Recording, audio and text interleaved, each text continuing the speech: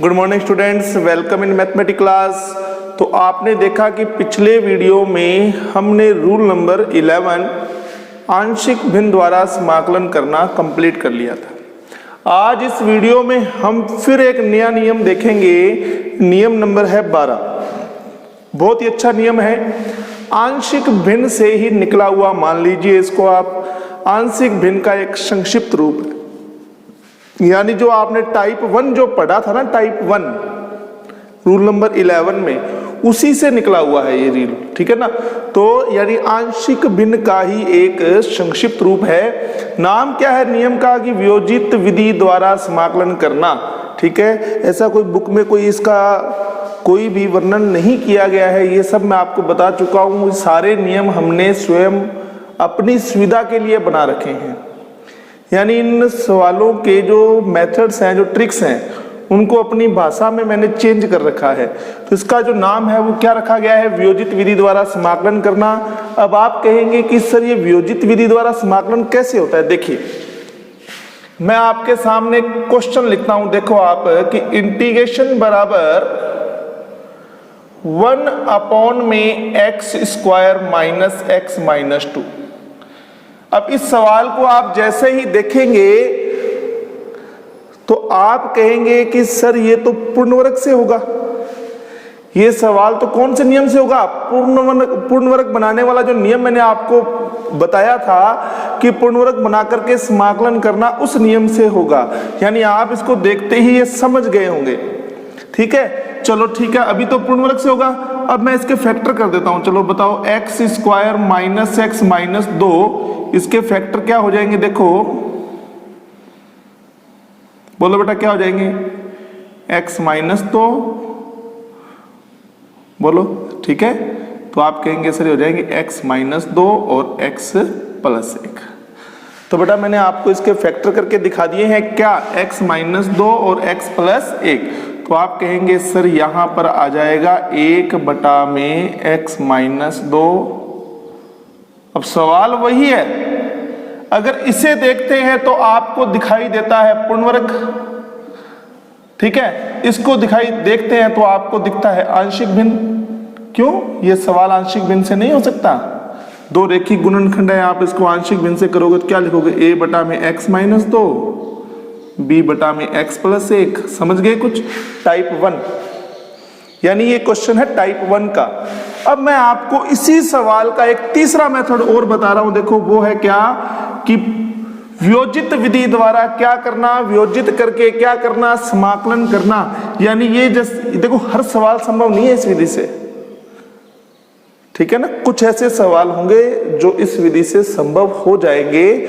जब आप इस विधि को समझ जाएंगे तो आपको पता लग जाएगा। देखो आंशिक भिन्न से भी हो सकता है, पूर्णवर्ग से भी हो सकता है। वो दोनों विधियां इस विधि की अपेक्षा थोड़ी सी क्या रहेंगी, हार्ड रहेंगी, ठीक है ना। तो बेटा जब आपको सभी सवालों का, सभी नियमों का अनुभव हो जाएगा ना, तो आपको ऐसी समस्या नहीं आएगी। अब देखो इन दोनों को, बेटा देखो एक गुणनखंड दिख रहे हैं आपको, दो गुणनखंडों का ये गुणनफल है। इसको इस तरह से ब्रेक कर दो, आप तोड़ दो, बीच में प्लस या माइनस लगा करके कि अगर हल करूं तो यही आना चाहिए। तो देखो थोड़ा सा कंफ्यूज होंगे अब आप। यहां पर देखो ये x माइनस 2 था और ये कितना था, x प्लस 1, ठीक है। अगर आप चाहें यहां x प्लस 1 ले लीजिए, सॉरी ठीक है, इसको ऐसे ही रहने दो, ये लो, ठीक है। दोनों को अलग अलग कर लिया। अब इन दोनों के बीच में आपको प्लस या माइनस का प्रयोग इस प्रकार करना है कि हल करने के बाद में ये आना चाहिए, बस ये याद रखिएगा। इन दोनों को इस प्रकार तोड़ देना है कि हल करने पर वापस आपका यही बनना चाहिए। अब जब आप एलसीएम लेंगे इसका, देखो एलसीएम लेंगे मान लो वापस, तो हर तो बन गया, हर तो आपका बन गया, पर ऊपर 1 बनना चाहिए। और 1 कैसे बनेगा, ठीक है ना। एलसीएम लेते हैं, यहां तो आ जाएगा x प्लस 1 और यहां आ जाएगा x माइनस 2। तो आपको सबसे पहले इस x से इस x को काटना पड़ेगा। इसके लिए आपको बेटा बीच में चिन्ह लेना पड़ेगा माइनस का, क्योंकि प्लस प्लस वाले तो कट नहीं सकते, माइनस माइनस वाले तो कटेंगे, तो इसलिए आपको चिन्ह लेना पड़ेगा माइनस का। जैसे ही बीच में माइनस का चिन्ह आ जाएगा, ये माइनस का x हो जाएगा और ये प्लस का 2 हो जाएगा।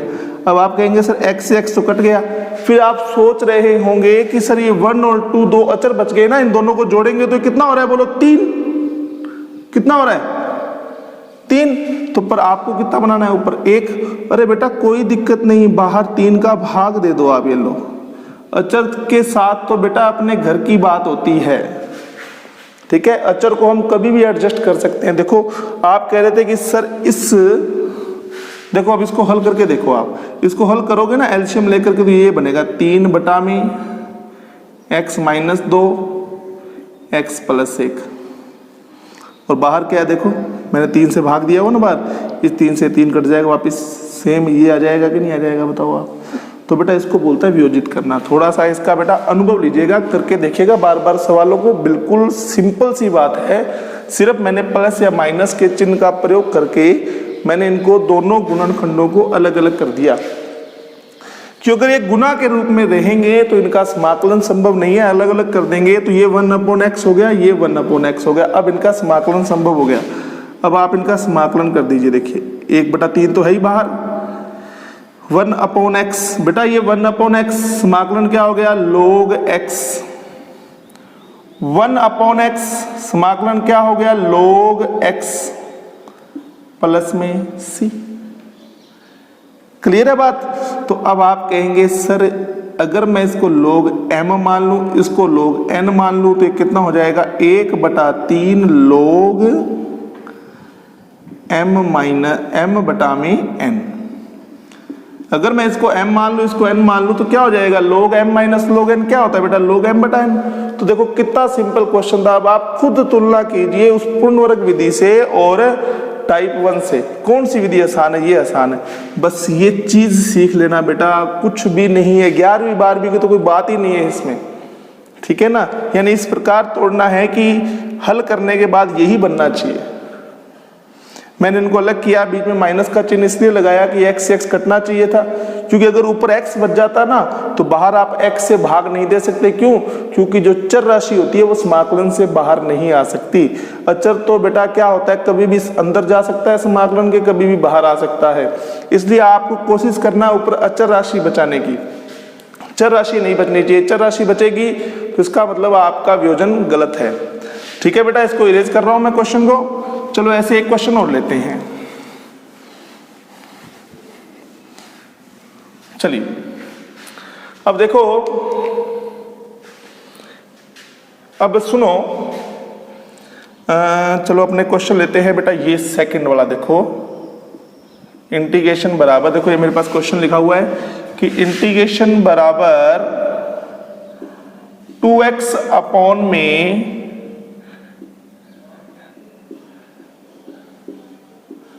अब देखो इस क्वेश्चन को कैसे करोगे आप, इस क्वेश्चन को आप कैसे करेंगे। सबसे पहले तो ये देखिए कि इसमें ऊपर x स्क्वायर का अवकलन मौजूद है, इसलिए आप 9.2 जो प्रश्नावली थी प्रतिस्थापन विधि वो लगाइए। आप कहिए सर x स्क्वायर को t मानने पर अवकलन किया 2x इंटू dx बराबर क्या हो जाएगा, dt। तो इंटीग्रेशन बराबर आ जाएगा बेटा आपके पास में 1 में t plus 1 and t plus में कितना बेटा 3 इंटू dt हो गया। 2x इंटू dx की जगह पर कितना आ गया, dt आ गया। अब आप कहेंगे सर सेम यही क्वेश्चन बन गया। अब ये क्वेश्चन किया था जब इसके फैक्टर किए थे, क्या आए थे, x minus 2 into x plus 1, तो वही सेम चीज हो गई। अब आप कहिए, देखो अगर आप कहेंगे, अब यहां भी दो तरीके हैं आपके पास में, आप पूर्ण वर्ग विधि लगा सकते हैं, दूसरा मेथड आपके पास आप आंशिक भिन्न लगा सकते हैं टाइप 1, और तीसरा है वियोजित विधि। और आपने वियोजित विधि का भी एग्जांपल देख ही लिया कि कितनी सिंपल है, ठीक है ना। तो वियोजित करने पर लिख दीजिए, यहां पर क्या करने पर, वियोजित करने पर, तो आप कहेंगे सर इंटीग्रेशन क्या हो जाएगा, देखो 1 में, चलो दोनों को इस प्रकार अलग कर लो। अब देखो ऊपर अचर राशि बचानी है आपको, क्या बचानी है, अचर राशि। 1 अचर ही तो है, यानी चर को काटना है। अब देखो एलसीएम लोगे तो बीच में माइनस लेना पड़ेगा, क्यों, क्योंकि इधर बनेगा t प्लस 3, इधर बनेगा t प्लस 1। अब बीच में माइनस का चिन्ह होगा तभी तो ये टी से टी कटेगा, पर ऊपर साथ के साथ आपके पास क्या बचेगा, टी माइनस 1।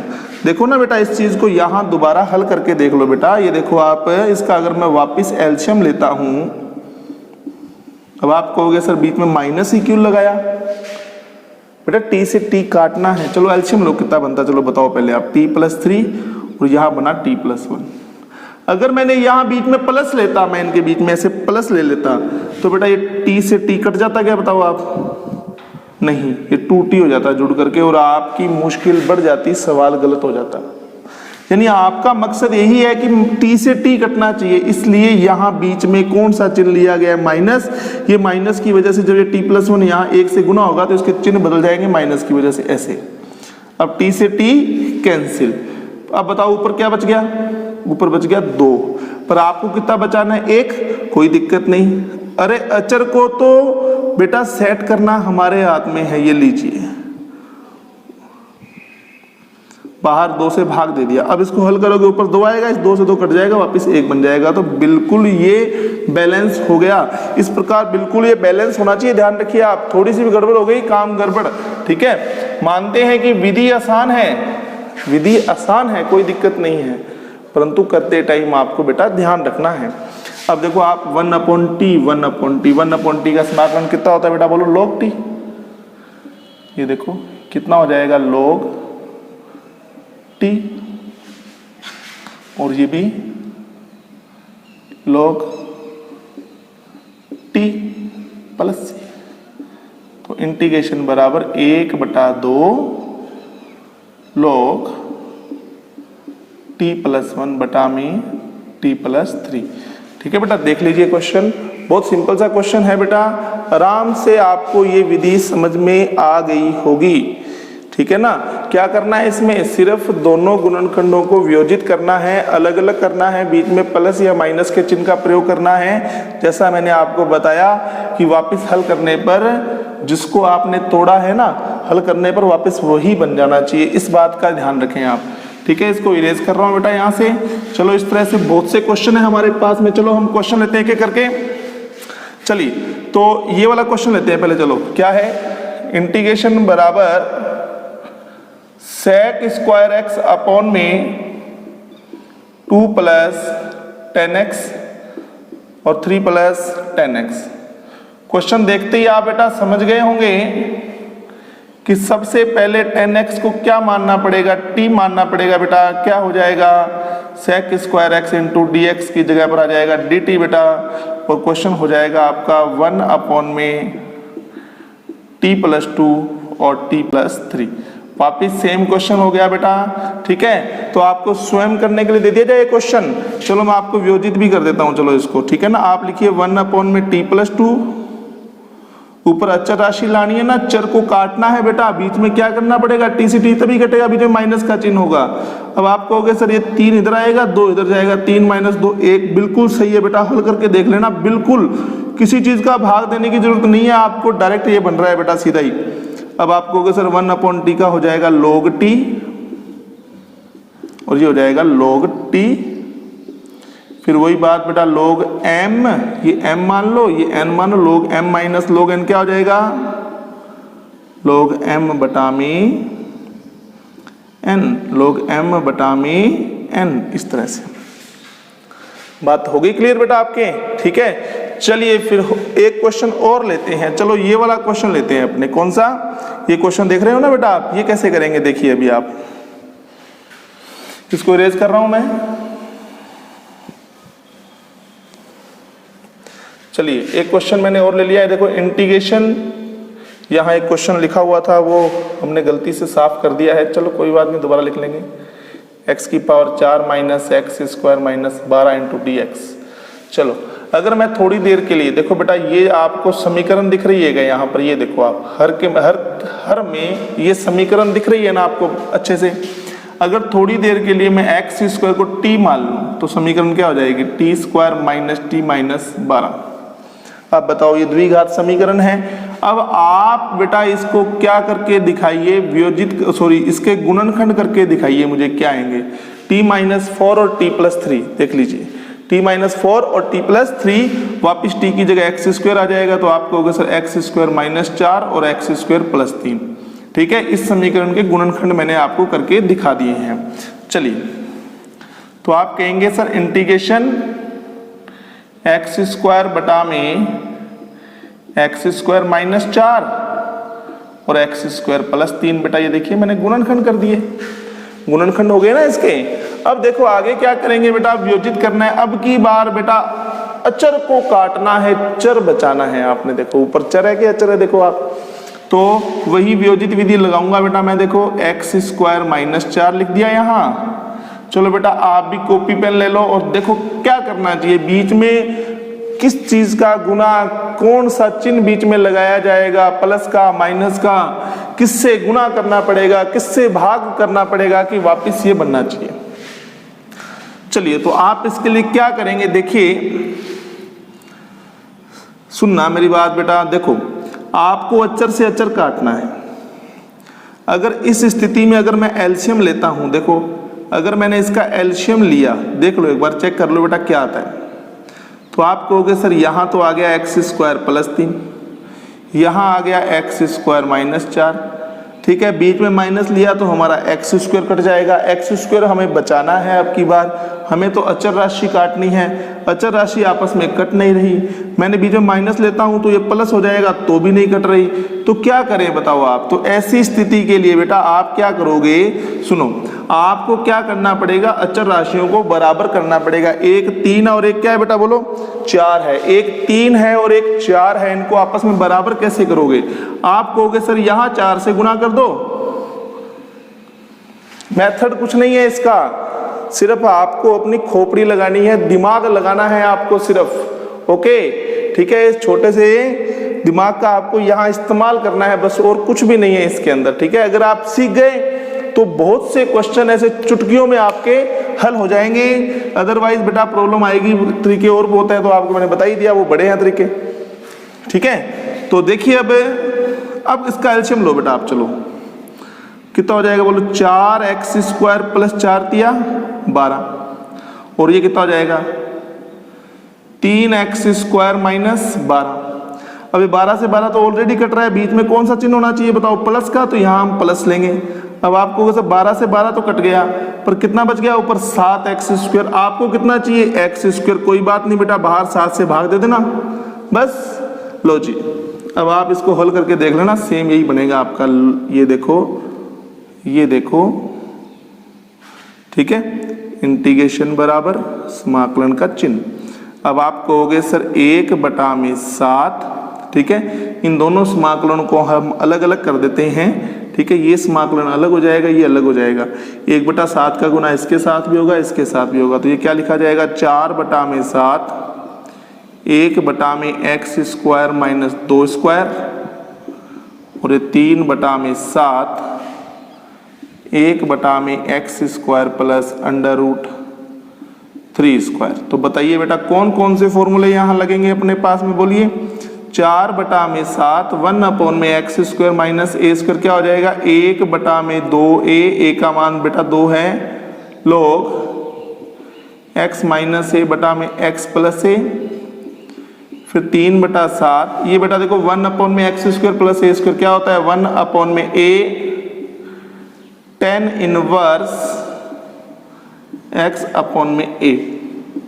देखिए जो विद्यार्थी अपने आप को थोड़ा सा कमजोर मानते हैं कि मैं कमजोर हूँ, ठीक है, ये जब तक ऑनलाइन क्लासेज आपकी चल रही हैं बेटा, सारा कंट्रोल आपके हाथ में है। मेरी बात को आप चाहे 2 बार सुनना चाहो 2 बार सुन सकते हो, 3 बार सुनना चाहो 3 बार सुन सकते हो। एक सुनहरा मौका है, आपकी जो नींव पीछे अपने जाएं भविष्य, मतलब सॉरी पास्ट में, ठीक है, जब आपकी नींव आपको लगता है कि कमजोर रह गई है, मुझे कम समझ में आता है, तो आप अब अपने लेवल के अंदर बहुत अच्छे से सुधार कर सकते हैं, क्योंकि सारा कंट्रोल बेटा आपके हाथ में है। नहीं समझ में आया वीडियो को दोबारा देखो आप, ठीक है, जब तक नहीं समझ में आए तब तक वीडियो को बार बार आप देखते रहें, ठीक है।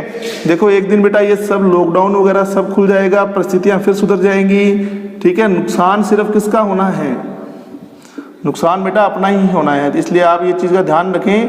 आप पढ़ाई में लगे रहें निरंतर, आप साइंस के विद्यार्थी हैं, मैथमेटिक्स के कई बार ये बच्चे सोचते हैं कि इस बार तो पता नहीं सिलेबस कम हो जाएगा। बेटा इस बार सिलेबस कम हो जाएगा, आप कम पढ़ेंगे क्या अगले साल भी सिलेबस कम होगा? और आप जानते हैं कि अगर आपने 12वीं की किताब में या 11वीं की किताब में एक चैप्टर भी छोड़ दिया, हर चैप्टर आगे भविष्य में जाके आपके लिए मतलब यूजफुल साबित होने वाला है। अगर आपने कोई भी टॉपिक छोड़ दिया तो आपको भविष्य में समस्या आ सकती है। आज नहीं तो बेटा कल पढ़ना पड़ेगा आपको। तो इस लालच में न रहें। ये सब जो नीतियां हैं ये सब अपने काम की नहीं है। अपने साइंस वालों को सिर्फ पढ़ाई चाहिए, सिर्फ ओनली अपने सिर्फ पढ़ाई ही काम आने वाली है। ठीक है, लो जी। तो अब देखिए नेक्स्ट क्वेश्चन। तो बेटा अब हम क्वेश्चन लेने वाले हैं। देखो एक क्वेश्चन मैं आपको बताता हूं, मैंने टाइप नंबर 1 में करवाया था ये वाला क्वेश्चन। देखो आप टाइप नंबर 1 में ये क्वेश्चन हो चुका है। चलिए आप भी करिए। कैसे करेंगे इसको? 3x बटा में x plus 1 and x minus 2। इसको मैंने आपको टाइप 1 से करवाया था पहले एक बार। ठीक है, आज हम इसको वियोजित विधि से भी करते हैं। आप कहोगे सर बटा में जो दो फैक्टर दिख रहे हैं ना, हमें इन दोनों फैक्टर को तोड़ना है। और आप ये समझ चुके हैं यहाँ पर कि ऊपर हमें चर बचाना है, अचर काटना है। अब यहाँ पर बेटा आपको ऊपर गुना करने पड़ेंगे जिससे ये अचर राशियां बराबर हो जाएं और कट जाएं। तो आप कहोगे ये तो यहाँ 2 से गुना कर दो। आप ये लो, क्यों किया? एलसीएम लो, x माइनस 2, बीच में प्लस का साइन ले लेना। ठीक है, और ये कितना हो जाएगा? 2x plus 2। अब आप कहोगे कि सर 2 से 2 तो कट गया। अब बताओ x और 2x कितने होते हैं? 3x। और आपको ऊपर कितना बनाना था? 3x ही तो बनाना था। तो बिल्कुल बेटा लो जी, ये क्वेश्चन हो गया। और अब आप याद करो कि टाइप 1 में ये क्वेश्चन मैंने करवाया था, कितना बड़ा था। और अब ये देखो क्वेश्चन एक लाइन में ही हो गया। तो ऐसी विधि को तो बेटा सीखना तो बनता है। फिर कई बच्चे अभी तक ये सोच रहे थे छोड़ो यार इतने नियम कौन पढ़ेगा, मैं तो उसी विधि से कर लूंगा। अब इस सवाल का ट्रेलर देखने के बाद में आप समझ गए होंगे कि ये विधि कितनी ज्यादा काम की है। चलिए अब ये वाला क्वेश्चन हम देखते हैं। ये वाला देखो, इस क्वेश्चन को आप कैसे करेंगे देखिए। ठीक है, इंटीग्रेशन बराबर e की पावर x अपॉन में e की पावर 2x प्लस, ये क्वेश्चन आप स्वयं ही करेंगे बेटा। आप सबसे पहले आप क्या करें बेटा, e की पावर x को t पुट अप कर लें। ठीक है, फिर आप इसका डिफरेंशिएशन करेंगे। ठीक है, क्या बन जाएगा? 1 बटा में T square plus 5t plus 6 into D T. अब बेटा जब आप इसका बेटा गुणनखंड करेंगे इसके क्या आ जाएगा? एक तो t प्लस 2 और एक t प्लस 3। अवयोजित विधि लगा देना, समाकलन कर देना, लास्ट में t का मान रख देना। तो ये क्वेश्चन आपके लिए स्वयं के लिए हो गया। मैं आपको क्वेश्चन करवाऊंगा ये वाला, बहुत बढ़िया क्वेश्चन है। चलिए हम क्वेश्चन लेते हैं बेटा। ठीक है, मैंने क्वेश्चनों के नंबर यहाँ नहीं लिखे हैं, आपकी किताब के प्रश्न है सारे बेटा। बस मुझे तो बेटा नियम समझाना होता है, जैसे मर्जी समझ में आ जाए, मुझे क्वेश्चनों के नंबर से कोई मतलब नहीं होता। ठीक है जी। अब देखिए इस क्वेश्चन को आप कैसे करेंगे बताओ। आप कहेंगे सर ये 1 प्लस में e की पावर x है। ओके, इसको 1 अपॉन e की पावर x लिख सकता हूं मैं बेटा। e की पावर माइनस x को 1 अपॉन में e की पावर x लिख सकते हैं बेटा अपने। देखिए ध्यान से, लिख सकते हैं ना। अब आप इसका एलसीएम ले लीजिए बेटा। चलो इसका एलसीएम लेंगे आप, इसका e की पावर x आएगा, वो e की पावर x कहाँ चला जाएगा बेटा? ऊपर चला जाएगा। और ये कितना था बोलो? e की अरे यार इसको e की पावर x प्लस 1 लिख सकता हूं मैं, और इसको e की पावर x माइनस 1 लिख सकते हैं अपने। ठीक है, और आप चाहें तो वियोजित विधि नहीं लगाना चाहते मत लगाओ। a plus B A minus B क्या हो जाएगा? a square minus B square. अरे e की पावर x का होल स्क्वायर हो गया, e की पावर 2x तो लिखेंगे इसको। अब आप कहेंगे सर e की पावर x को आप t मान लीजिए, e की power x into D x बराबर कितना हो जाएगा? dt। ठीक है, क्या बन जाएगा? इंटीग्रेशन 1 अपॉन में टी स्क्वायर माइनस 1 बन जाएगा। अब आप कहेंगे सर ये तो फॉर्मूला है 1 अपॉन में एक्स स्क्वायर माइनस ए स्क्वायर, तो 1 अपॉन में 2a, a का मान बेटा 1 है आपके पास में, t है बेटा, t t minus 1 t plus 1 plus c put the value of t 1 upon में 2 एंड log e की पावर x माइनस 1 बटा में e की power x plus 1 plus c। ठीक है, क्लियर हो गई बेटा। तो ये हमारी आज थी बेटा वियोजित विधि। चलो आज के वीडियो में बेटा एक क्वेश्चन मैं आपको दूंगा, ठीक है, उस क्वेश्चन का हल लिख करके आप मुझे व्हाट्सअप करेंगे बेटा, ठीक है ना। ठीक है, कोई मतलब कमेंट वाला क्वेश्चन नहीं है, काफी बड़ा सॉल्यूशन है। तो आज ही जब भी ये वीडियो आप देखें उस क्वेश्चन का हल लिख के मुझे आप व्हाट्सअप करेंगे, पीछे के नियमों से संबंधित है। इसको रेज कर रहा हूं मैं, देखो तो देखो हमारा क्वेश्चन क्या है हमारा क्वेश्चन। हाँ जी बेटा, क्वेश्चन नंबर 23 है आपका प्रश्नावली 9.4 का इंटीग्रेशन बराबर। ठीक है, अब आप इस क्वेश्चन को देख के आइडिया लगाइएगा भी कौन सा नियम इसके ऊपर लगने वाला है। 8 बटा में x प्लस 2 और फिर x स्क्वायर प्लस 4।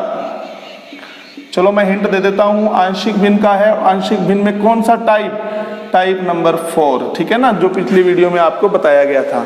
तो इसका हल लिख करके बेटा मुझे व्हाट्सअप करना है। आपने ध्यान रखना, पूरा हल लिख करके पेज की फोटो खींच करके मुझे भेजेंगे, मुझे पता लगेगा, देखता हूं कौन कौन बच्चा अपने आप इसको हल करता है। ठीक है, चलो अब अपने बात करते हैं क्वेश्चन की, जो आपको वीडियो के नीचे कमेंट करना है।